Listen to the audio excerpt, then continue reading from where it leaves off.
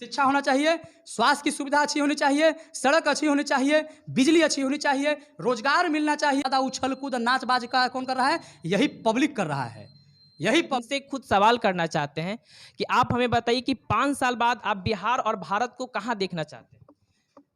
अगर अभी रविकांत जी आप रिपोर्टर बने हैं, तो हम आपको ये बता देते हैं कि अभी जैसा परिस्थिति चल रहा है, 5 साल के बाद एक कदम भी आगे बिहार और देश नहीं जाने वाला है। हो सकता है कि एक कदम पीछे आ जाए, 1-2 इंच खसक जाए। इसके क्या कारण है? इसका मूल जड़ है हम जनमानस, बिहार के लोग, इस देश के लोग। आखिर आप किस नज़र से देश की जनता को मतलब बोल रहे इसलिए हैं? कि हमारे यहाँ डेमोक्रेटिक व्यवस्था है, लोकतांत्रिक व्यवस्था है, और लोकतांत्रिक व्यवस्था में जो लोग होते हैं, जो पब्लिक होते हैं, has a right to vote, has a right to speak, has a right to govern the government, has a right to form the government. सरकार बनाने की जिम्मेवारी हर 5 वर्ष के बाद हमें आती है। हाँ, हमें और आती है। आज़ादी लिए हुए हमें 1947 से अभी हम पूरे देश में अमृत महोत्सव का जश्न मनाया जा रहा है। लेकिन इस जश्न में सबसे ज़्यादा उछल कूद नाच बाज का कौन कर रहा है? यही पब्लिक कर रहा है। यही पब्लिक। अभी एक भ्रष्ट नेता इस जो है फॉर्च्यूनर से आएगा, तो हम सब लोग यहाँ से बाहर निकलकर उसके पीछे पीछे पिछलग्गू हो जाएंगे, बिना सोचे समझे। तो इस तंत्र के लिए, इस बिहार की बदहाली के लिए, इस देश की बदहाली के लिए यदि कोई रिस्पॉन्सिबल है, तो हम न उसको नेता को मानते हैं, न एग्जीक्यूटिव को मानते हैं, न जुडिशियरी को मानते हैं। अगर कोई है तो आम पब्लिक है, आम लोग है। क्योंकि हमने जो आप कहना चाह रहे हैं कि विकास कैसे न होता है, तो विकास के का मापदंड क्या है? स्कूल होना चाहिए अच्छा, शिक्षा होना चाहिए, स्वास्थ्य की सुविधा अच्छी होनी चाहिए, सड़क अच्छी होनी चाहिए, बिजली अच्छी होनी चाहिए, रोजगार मिलना चाहिए, उद्योग मिलना चाहिए। तो इन सब चीज़ों पर आप एक रिपोर्टर हैं, बताइए कि आपकी जनता जनता पर आरोप लगा रहे हैं। ये बोल रहे हैं कि जनता कभी भी इन मुद्दों पर वोट नहीं नहीं देती देती है। वो नहीं 4 देती पर है। देती है, 5 पर देती है, आखिर थर्ड पर देती है। अभी ज्ञानवापी चल रहा है। अभी मंदिर में, मस्जिद में मंदिर खोजा जा रहा है, मस्जिद में भगवान को खोजा जा रहा है। स्कूल में शिक्षक खोजने की जरूरत है। इस बच्चे के स्कूल में मैथ के टीचर खोजने की जरूरत है, न कि ज्ञानवापी में सीयू को खोजने की जरूरत है। अगर यदि आम जनता धर्म के नाम पर, जाति के नाम पर, संप्रदाय के नाम पर यदि वोट करता है, तो इसके लिए कौन कसूरवार है? आप ही बताइए। कसूर आप बोल रहे हैं कि कसूर किसका है? हाँ। कसूर मेरा नहीं, जनता का नहीं, कसूर मीडिया का है। कैसे है मीडिया का कसूर? ये देखिए, इन्होंने बोला कि जनता जो वोट देती है वो बच्चों का भविष्य देखकर वोट नहीं देती है, वो धर्म पर वोट देती है, जाति पर वोट देती है, लिंग पर वोट देती है। आखिर जनता के बीच ये धर्म का बात लाता है कौन? धर्म को दिखाता है कौन? हमें बताता है कौन कि हम धर्म है, हमारा धर्म हिंदू है? ये मीडिया जो है हमें बताती है कि आज यहाँ भगवान शिव निकल गए। ये मीडिया हमें दिखाती है कि आज यहाँ अल्लाह निकल गए।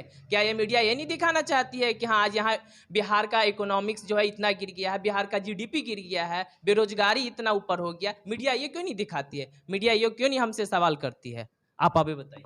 आपका प्रश्न का हम सर पर उसको स्वीकार करते हैं, अपने आँखों के पलकों पे आपके प्रश्न को रखते हैं। बात हकीकत है कि लोकतंत्र के जो 4 स्तंभ है, उन एक स्तंभ में मीडिया स्तंभ है। लेकिन आज के मीडिया सही में निष्पक्षता को छोड़कर पक्षपात की ओर चला गया है। यह प्रश्न आपका जायज़ है और यह हकीकत है। लेकिन हम सबको ये चाहिए कि हम वैसे मीडिया को जो समाज में र्यूमर फैलाता हो, समाज में प्रोपेगेंडा फैलाता हो, हम कम से कम उनको इग्नोर करें। इग्नोर किया जाए। हम शाम में डेली एबीपी न्यूज़ देखते हैं, तो एबीपी न्यूज़ को बंद कर एबीपी देंगे। न्यूज़ देखते हैं, इंडिया हम टीवी एनडीटीवी देखते शुरू हैं। कर देंगे। हर न्यूज़ जब हम स्टार्ट करते हैं तो सिर्फ यही दिखाया जाता है, आज वहाँ शंकर भगवान निकल गए। लो, शंकर भगवान निकाले। कुछ लोग कहते हैं कि नहीं वो फव्वारे हैं, तो हमें फव्वारे और शंकर भगवान दिखाया जा रहा है, हमें तो जीडीपी दिखाई नहीं दे रहा है। भारत का विकासशील कितना हुआ, आज अमेरिका, जापान सब कितना आगे है। क्या वहाँ धर्म की बात होती है? लेकिन इसी के साथ साथ हम जरूर कहेंगे कि कम से कम हमारे आस पास में जो चीज़ हो रहा है, जिसको हम जान रहे हैं, हाँ। जिनको हम समझ रहे हैं, उस पर तो हमको ठीक होना चाहिए। हाँ, उस पे हमें सही होना चाहिए। हम सबसे पहले तो हम देखिए, हम सबसे पहला लाइन जो कहे कि एजुकेशन इज द माइटिएस्ट विपॉन, अणुबम है, उससे भी ताकतवर यदि कोई विपॉन है, कोई शस्त्र है, तो वह है आपकी शिक्षा। बौद्धिक रूप से यदि आप विकसित रहिएगा तो no one can divert you. Am I right? तो बौद्धिक विकास कैसे होगा? हमें अच्छी शिक्षा मिलेगी। तो हम शिक्षा के लिए हैं, अलग जगह आने के लिए निकले हैं, और आप एक शिक्षक भी हैं। तो शिक्षक के और शिक्षा के अलग जगह आने के लिए निकले हैं कि हमारी व्यवस्था जो खराब है उसको सही किया जाए, सरकार भी अपनी भूमिका के साथ करे, और हम एक जागरूक नागरिक के तहत, आप जैसे नागरिक के वजह से के रूप में हमारी जो थोड़ी बहुत जो संसाधन है, जो हमारी जो थोड़ी बहुत जो शक्ति है, वो भी सोसाइटी को दे दे, और उससे जितना भी हो सकता है हम भी अपना योगदान दे दे विकास में, देश के निर्माण में, राज्य के निर्माण में। तो इसी से हो सकता है। लेकिन इसका सबसे बड़ा चीज़ है कि हम बौद्धिक रूप से जब विकसित हो जाएंगे तो हम जात पात पर धर्म फर्क के बात को मानना नहीं। धर्म व्यक्तिगत बात है, जाति निजी बात है, सामाजिक बात नहीं है। सामाजिक बात नहीं है, वो राष्ट्र की बात नहीं है, वो प्रदेश की बात नहीं है। यहाँ हम लोग हर बच्चे विद्यार्थी अलग अलग कम्युनिटी, अलग अलग जात के हैं, ये बात सच है। लेकिन इसके बाद यहाँ हम एक कक्षा के जाति में हैं, विद्यार्थी के जाति में हैं।